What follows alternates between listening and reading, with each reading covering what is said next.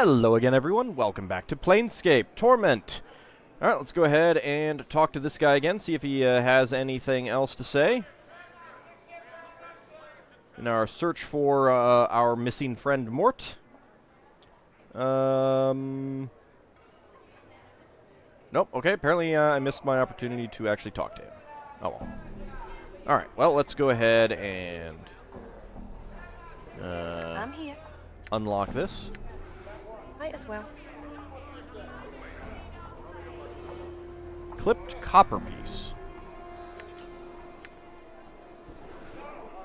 Well, no one seems to care about that.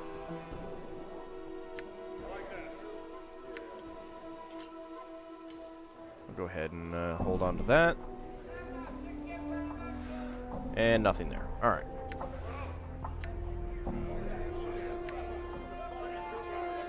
Let's talk to you. You see a tall man in plate armor. The armor is of unusual construction, with spikes flaring from the shoulders, elbows, and forearms. He nods at your approach. Good day, citizen. Greetings. How may I help you, citizen? He gives you a friendly look. I have some questions. He smiles. Certainly, citizen. I had a skull, and it's been stolen from me. Do you know anyone who would do such a thing? He stares at you for a moment before answering. That sounds like something that Lothar, the Master of Bones, would do. He glances around nervously and then talks softly to you. Well, not Lothar himself, but one of his henchmen. Lothar keeps his nose clean. Where can I find this Lothar? And is he of the Hill people? He gives you a dumbfounded look. Starts to say something, stops, and then starts again. Well, no one knows for certain where Lothar is, citizen. He hasn't broken any laws that we know of, so that we Harmonium leave him be. I'd suggest you do the same. Why? He gives you an annoyed look. Because, Burke, you don't mess with someone as powerful as Lothar without an extremely good reason and lots of friends to back you up. That's why. I still need to find him. He stares at you for some time before answering. Very well. You can find the entrance to his kip in the wrecked building here in the ward. He begins to look through you rather than at you. Thank you. I had some other questions. Certainly, citizen. Who are you? He gives you a slight bow. I am Harmonium Guard Drixle, citizen. I keep the peace here at the market. Tell me about the Harmonium. He snaps to attention. Our belief is simple. We are the light. We are the way. We are the order. We are truth. He steals his expression. There wasn't even a question of me joining them. You see, some Burks talk about doing battle with chaos to restore order and harmony.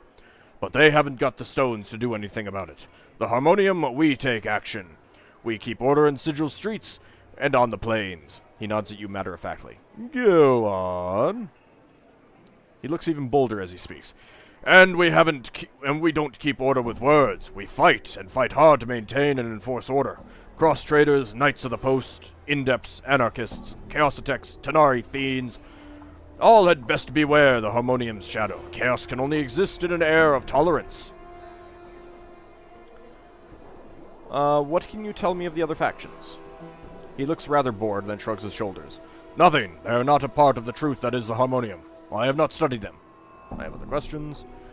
And that's it. Okay. So, there is Karina. Go talk to you. You see a pretty young woman wearing simple clothes. She wanders about the market,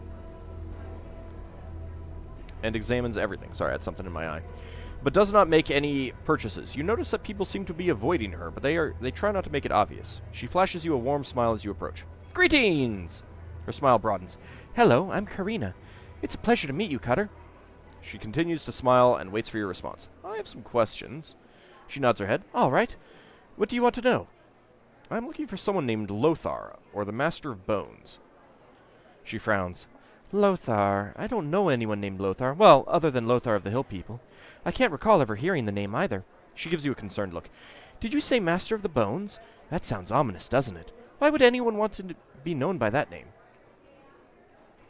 Well, to frighten people, I guess. Well, it sounds rather impressive. No, well, to frighten people, I guess. She looks lost in thought as she taps her chin with a finger. Finally, she nods her head. Yes, I think you're right. It gives me the chills just thinking about it. Master of the Bones is a rather scary title. I don't think I'd mess with anyone who had a title like that. She thinks some more. I have some questions. Alright, what do you want to know? Where can I buy some weapons?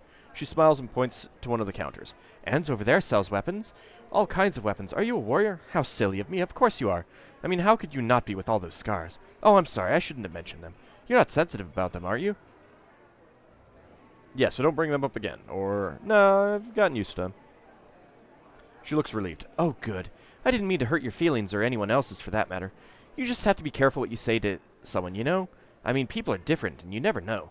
What may offend one person may not offend another. So, anyway, she pauses for a breath and smiles at you. I have some questions. Where can I buy some magic?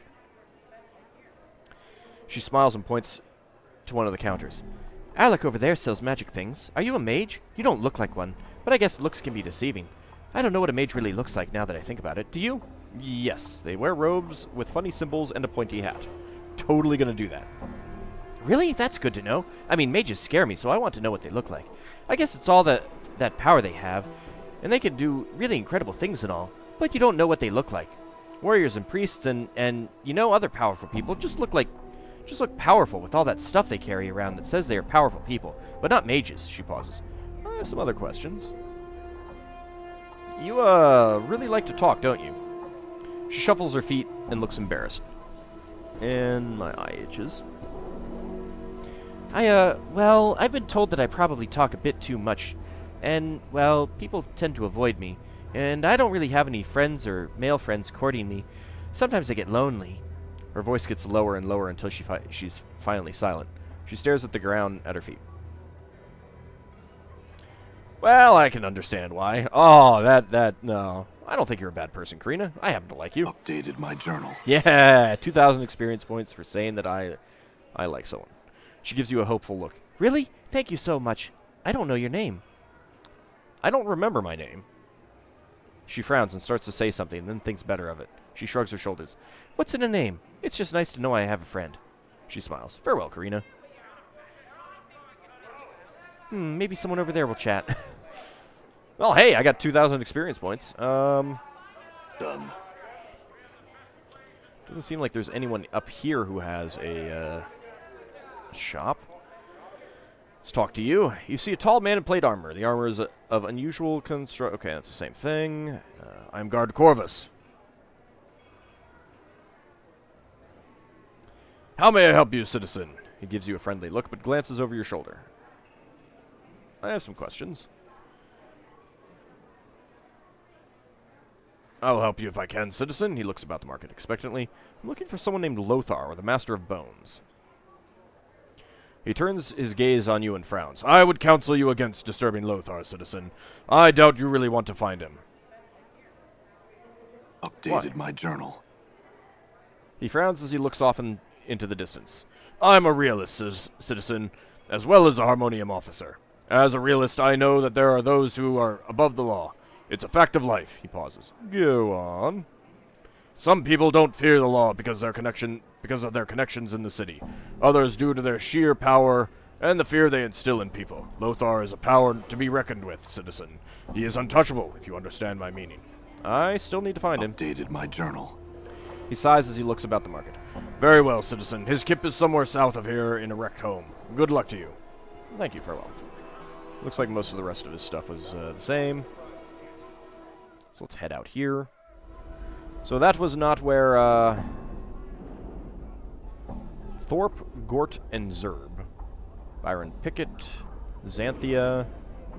I'm gone. Alright, so that is not where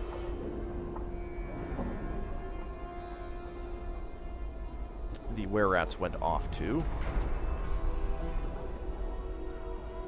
What are you doing? You see a florid, boisterous man. He's shouting and carrying on like there's a war that's about to come through. He's got something lodged in his intestines. Like he's too excited about something to talk in a normal tone of voice. His rapid-fire delivery makes it difficult to understand him. You, sir, there! You look like you could use something. I'm not quite sure what it is yet, but give me time, and I'll have it figured out on the spot. You need rooms? I've got rooms. You need supplies? I've got supplies. What are you selling? Oh. Okay. Hammer of quality, not charm silver earrings. Oh, I hope I can sell things to him. Stinger Earring. +2 to armor class, +2 to armor class versus piercing attacks. This earring has been made from the hardened shell of a segmented larva-like creature. Its shell has been treated with some sort of glazed finish that makes it look disturbingly alive. The wire that hooks in the ear looks like it is part of the larva itself, perhaps its stinger or antenna. To activate the earring's power, the wearer must prick his thumb with the stinger, allowing it to bond with its new owner. When awakened, the earring helps protect the wearer from attacks, giving the wearer's skin the same strength and durability of the larva's shell. Okay. He has cheese. This cheese has been laced with a powerful poison. This is a piece of cheese. Scroll of Friends, Scroll of Luck. He's got a bunch of bracelets and stuff. I hope I can sell some of these. Oh, I don't get as good a price. That is unfortunate. But I need to get rid of them, so I'll sell those.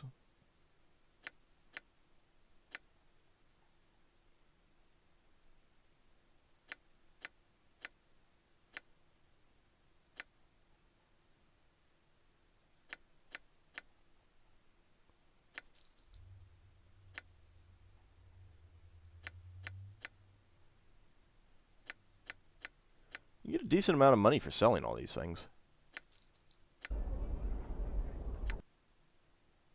Alright, let's go ahead and pull that off so I can sell it.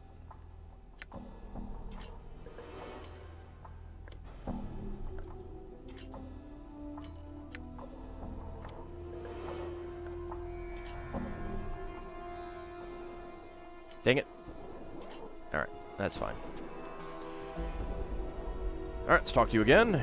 I'd like to buy something, and by buy I mean sell.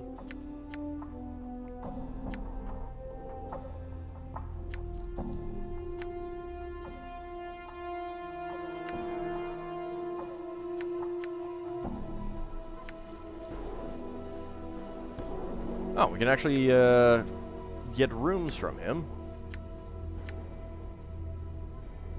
Alright, well, we're up to 4,700 coppers. That's pretty good. Let's talk to you again. I had some questions for you. Anything you want, friend. Time and words are money, so keep it snappy. Tell me about this Master of the Bones. The Master of the Bones, the Lord of the Bones of the Night, librarian of the most grisly library this side of Set's home. Skulls sit upon his shelves, whispering their secrets into Lothar's hardened heart, and all who have the temerity to face them. There is much that can be learned here, if the place doesn't drive you mad first. Can you get to the point? He clears his throat. My apologies for trying to make this a little more interesting to you. Just trying to add a little spice. It's to the spire ward of Sigil there. There might be a burnt shell of a building. It's possible that you will find a ladder strung of human sinew, or perhaps just wood, that leads down, down, down to Goblin Town. I mean, into the heart of Sigil. And when you set foot on ground again, you could come face to face with Lothar himself. What does he do with the skulls? They say dead men tell no tales, but in Lothar's salon, the dead spill their secrets to the willing ear. The more dead, the more tales, the more chant, and the more chant. Why, the more one's eyes are open to the very heart of the multiverse. He wags his eyebrows for emphasis. Thanks, I had a few more questions. Anything you want, friend. Time and words are money, so keep it snappy.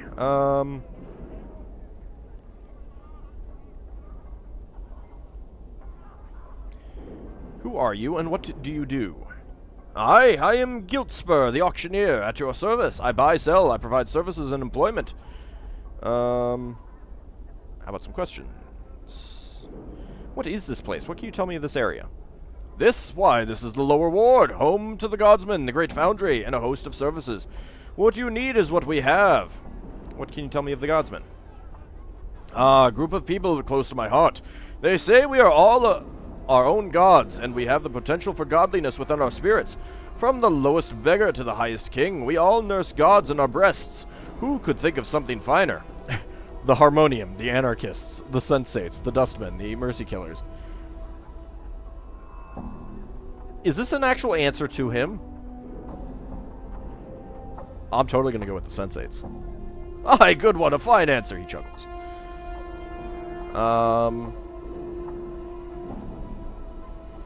Do you know of any jobs that need doing? I certainly do, friend. I have a little errand for you to run if you'll take it. It'll net you 50 coins. All you need to do is run this handbill down to the print shop and ask Scofflaw Pen to print up 100 copies for me. Here, take it. He shoves a crumpled piece of paper into your hands. Alright, and a few more questions. Updated my journal. What are you selling? And that goes right back there. Alright. Let's talk about trades. Well, then you've chosen the right man to talk to. I buy, I sell, I lease rooms. I can get you nearly anything. What do you have? That's barter. Okay, that goes right into there. Let's talk about trades. Okay, nothing for right now. Nope. Alright. Looks like that's about it. Well, let's check out this barrel first. Nothing. Okay. Hello? You see a well-dressed, middle-aged man. He seems to be scanning the crowd with a practiced eye. He notices your approach and gives you a quick once-over. Greetings! He smiles at you and gives a barely perceptible nod. I am Byron Picket, Moneylender. May I help you? Moneylender? He nods again. Yes, I cater to the needs of merchants. Want to start a business? Keep one afloat that's down on its luck? Or perhaps expand a business? In either case, you come to me for the funds. He looks you up and down. I doubt that you are a merchant, sir, so what can I do for you? I have some questions. Very well, make it quick. I'm looking for someone named Lothar, or the Master of Bones. He gives you a quizzical look. Really? Why in the name of the nine hells would you want to find him? He stole a skull of mine. Well, I don't know that for sure, but I think he did. So? What do you think you're going to do? Just march in and demand it back? He looks you up and down. I admit that you appear more than capable of handling yourself in a fight, but against Lothar? He snorts. Your skull will decorate his walls.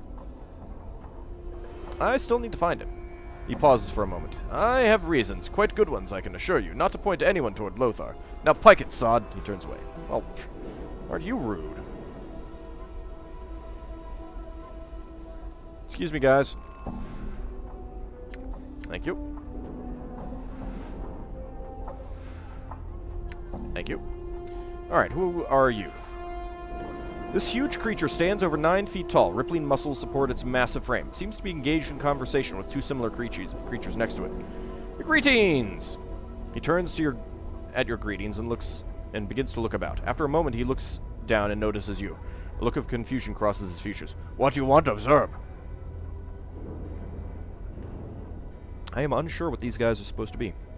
I have some questions. He gives you an apologetic look and shakes his head. Zerb not speak language well. Sorry, you talk Thorpe. He gestures at one of the creatures next to him. Alright, thank you. Alright, Thorpe. As you approach, he leers at you and laughs. Greetings! He looks down at you and gives you a friendly smile. What you want, Smalley? I have some questions. You got question, maybe Thorpe got answer. He smiles at you. Who are you? He smacks himself in the chest with a thunderous blow. Thorpe!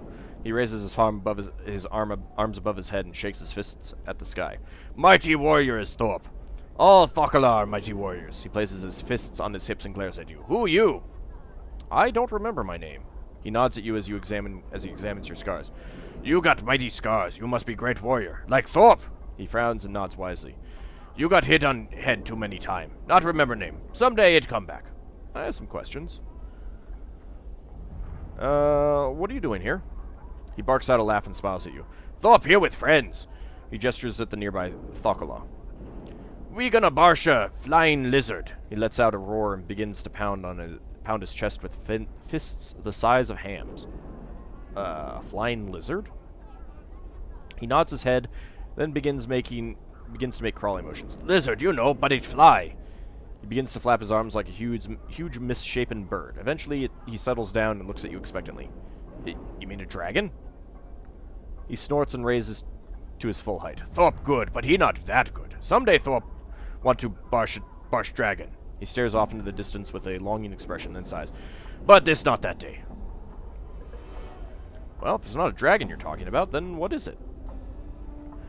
Thorpe not remember what Zanthia call it. He pauses to think. It lizard, tall as Thorpe, walk on back legs. Got wings, got claws, red in color. I think she called Abishai?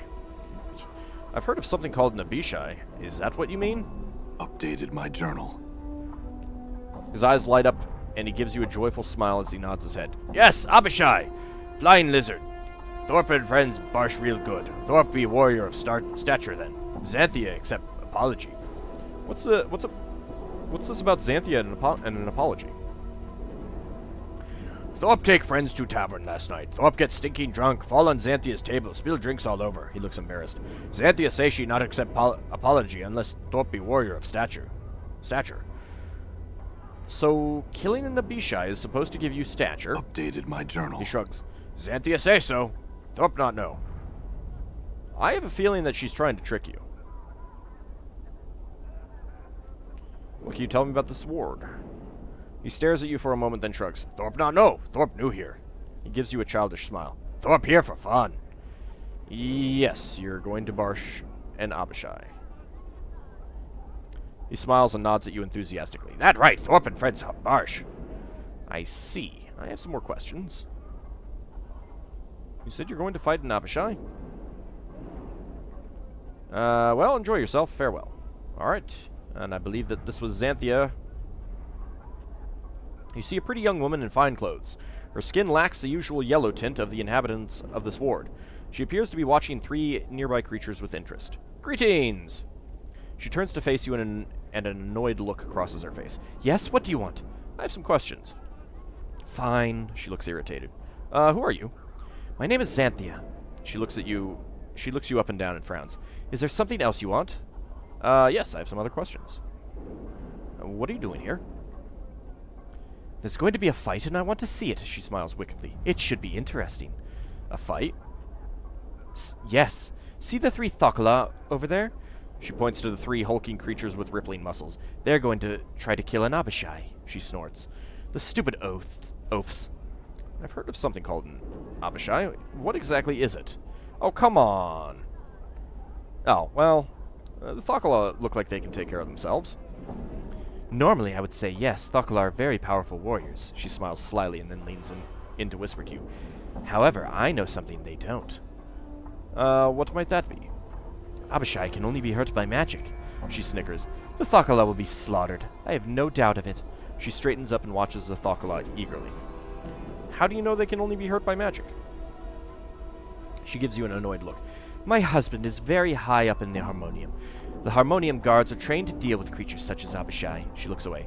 That's how I know. My husband told me. Why don't you warn the Thala? Why should I do that? She smiles evilly. I'm the one who suggested the fight. Why? My husband tries to better his social standing with his underlings by drinking with them in the local taverns. Last evening he forced me to just such an occasion. These 3 oafs were there, boasting of their prowess as warriors. It was obvious they were in drunken stupor. When they decided to leave, one of them tripped and fell into the table I was sitting at. She pauses. Go on. She frowns angrily. Most of the drinks at the table spilled into my lap and ruined a very expensive evening gown. So, while the cretin was trying to apologize, I whispered to him that I only accepted the apology of a warrior of stature. If he were truly such a warrior, he'd be able to defeat an Abishai in hand-to-hand combat. You're going to get them killed because they ruined a dress? Updated my journal. You obviously do not understand the intricacies behind my situation. She looks at you like you were an idiot child. I was embarrassed and humiliated in front of my husband and his underlings. She looks angry. I see. I have some other questions. Oh, what can you tell me about this ward? Nothing. She looks about with distaste. Were it not for the fight, I wouldn't be caught dead here. Must be going now.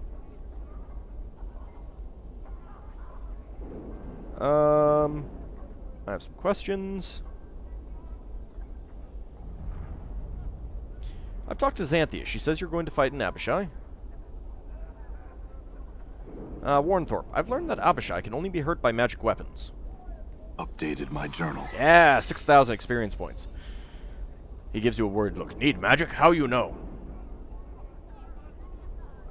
I've asked around. It's what people tell me. Or I've talked to Zanthia. She told me. Yeah, I'm fine, putting her in a dangerous situation.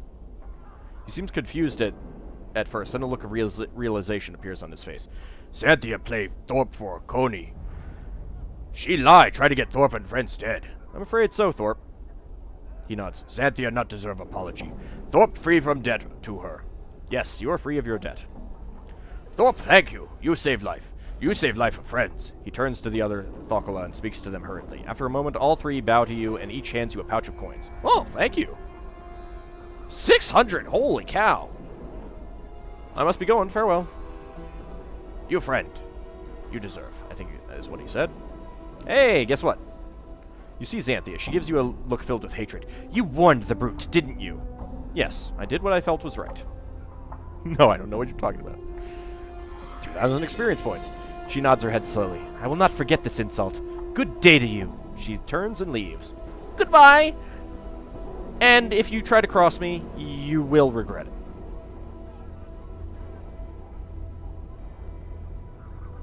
It's totally worth it. And she just walked into this thing and vanished.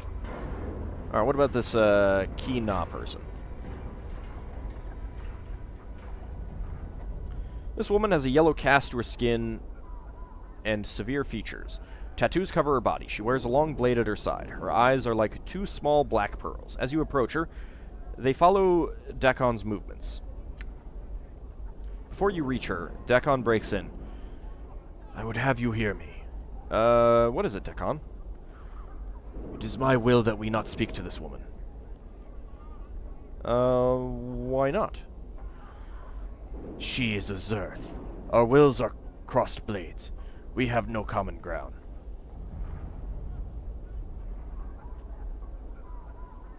Then do not speak to her.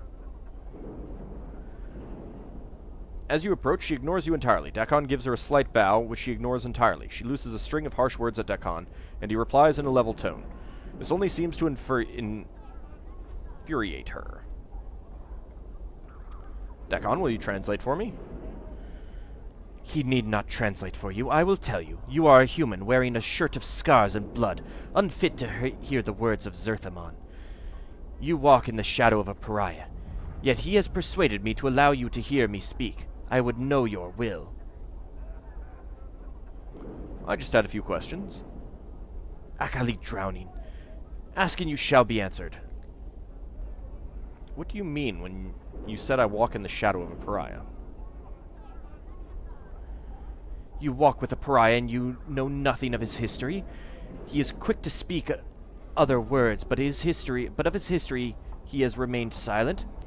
Ask him of Shraktlor, of the fall of a mighty fortress to the Githyanki, and see what his divided mind reveals to you.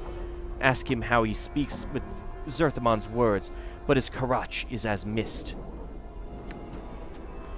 It is not Zerthamon's words that lack conviction. It is their echoes that have been distorted. There is no doubt in how Zerthamon's mind is spoken. Generations of Zerth are as Rakma's jewel. Of one mind on this matter, your stance carries with it a divided mind. The doubt is yours, an echo cast from your own faithlessness. Your words speak not the mind of Zerthamon. They are shaped of angles and hate, as if molded from Gith's mind itself. You shall lie with the dead and Shraktlor in shifting chaos, for you see all with Vilquar's eye. Your mind is divided, your Karach weak.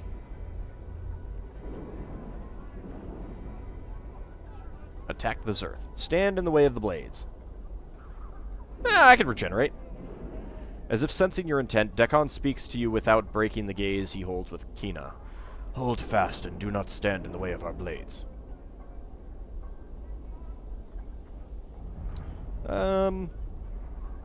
Let it go, Dakon. Dakon reluctantly lowers his blade. Kina stares at him incredulously for a moment, and then a sharp grin splits her features. The truth at last. Your mind is not divided. You are a slave to this human. He speaks with an anarch's authority to you, and you listen. Your mind is cast in Gith's mold, Kina. Let's go, Dakon. You have lost your way, Dakon. Know that I hope you find your path. I pity you. Farewell. Oh, I hope I didn't, She's totally not work. Dakon cut her down. Wow.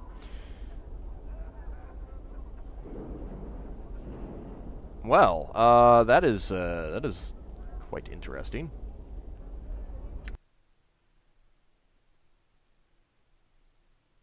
Where's it? That's a journal. Okay, so let's see if she's in here.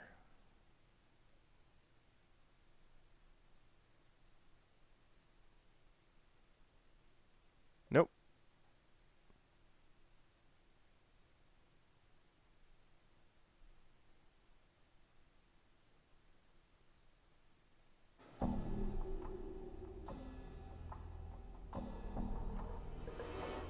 Doesn't look like there's anything else new in here. Alright, well, we do have some other people to talk to. There's a Vorton up there, Corer there, and Sebastian is over here. Let's see. Purpose of this device is unknown. It appears to be some sort of drawbridge-like contraption. Oh, so that's related to the tower. Alright, well, when we come back, we will talk to some of these other people. I don't know, maybe I should have had Dakon kill her, but you know, it's live and let live. She's not worth it. He doesn't need to kill her in order to to prove himself or anything like that. All right, when we return, we will talk to more people here in the lower ward. See you next time, everyone.